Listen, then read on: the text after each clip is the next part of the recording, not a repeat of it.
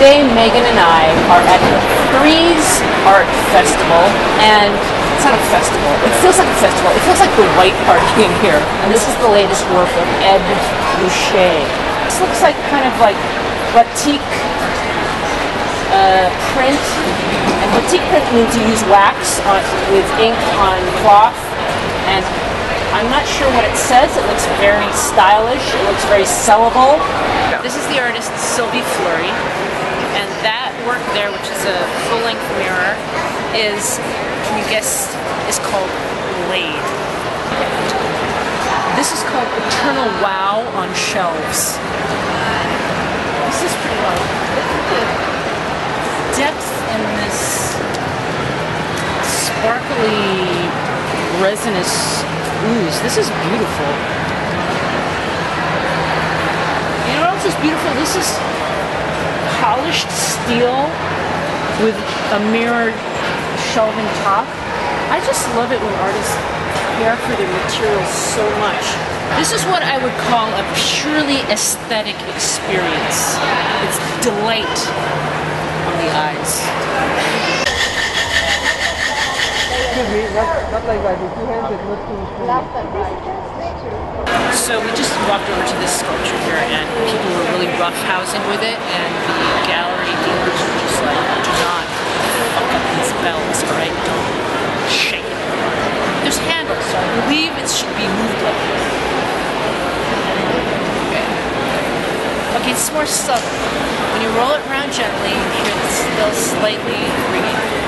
Just don't shake it, don't pull it, don't kick it, don't do anything too rough with it.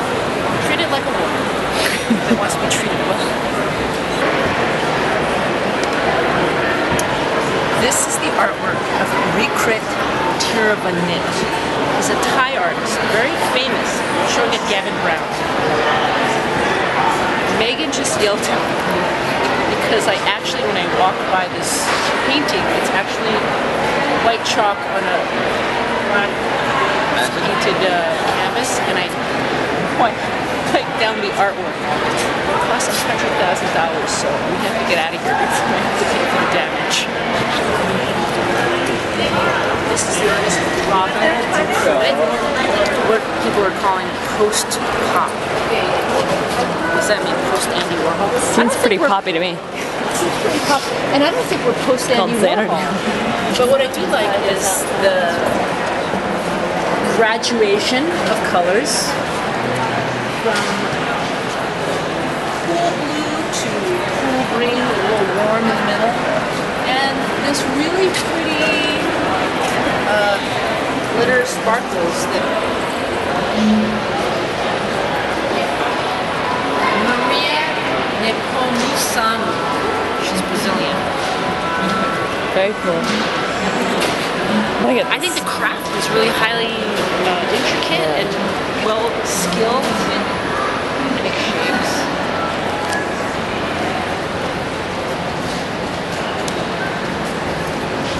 I'd say this is a better piece of industrial design.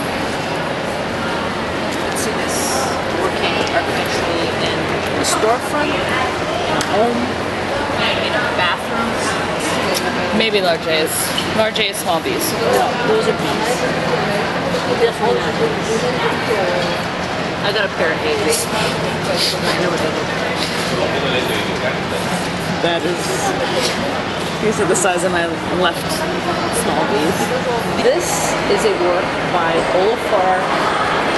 Olafur Eliasson, and I believe it's the 29 phases of the moon.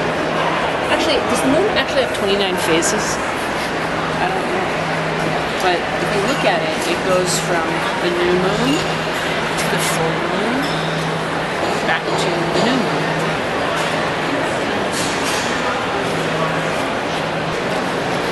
Ana Mendieta was an important artist in the 80s. She was a performance artist who really challenged all of our ideas about feminism and body. And she unfortunately died very young. Questionable causes.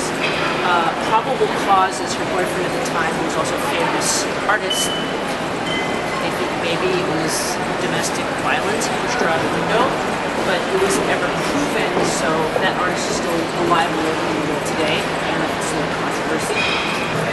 Yoko Ono. This is in honor of Mother's Day, which is today.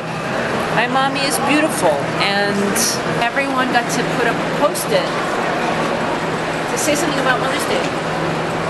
This is one of the great things about Yoko Ono's work, and I'm glad that she lived a good long life to repair her image as just merely being the wife of the Beatles, who erroneously broke up the Beatles, because her artwork was also very revolutionary, and she really brought participation and the viewer into her work. These are objects wrapped in silk ribbon. It looks to me like the kind of ribbon that ballerinas would use to bind up their shoes and their legs together. Look, all these interesting gadgets that look like guns and parts of bodies. Here's a femur bound together with a hammer. Oh, they are. That's what pieces of skeleton bound together with other objects. Here's a sacrum bound to the handle of an axe. A skull attached to, I don't know what this is. This looks like something you would crank something with. Any ideas, Megan? This is the iliac crest upside down. Half of the hip bone joined to a saw that seems to be busted. This is another leg bone. This is your tibia, I think, the handle. I like how I know my anatomy. Okay, this is a cat paw attached to a gadget. I have never seen a gadget like this. I don't know what you tuning a piano. I don't know what you'd use that for. These are beautiful. These are beautiful and clever. I love this. In fact, I think this is my favorite work here. A skull with some kind of bowl. Maybe it's a lamp. It's a lamp. It's a lamp. It's some kind of old lamp. The bulb would have gone in there.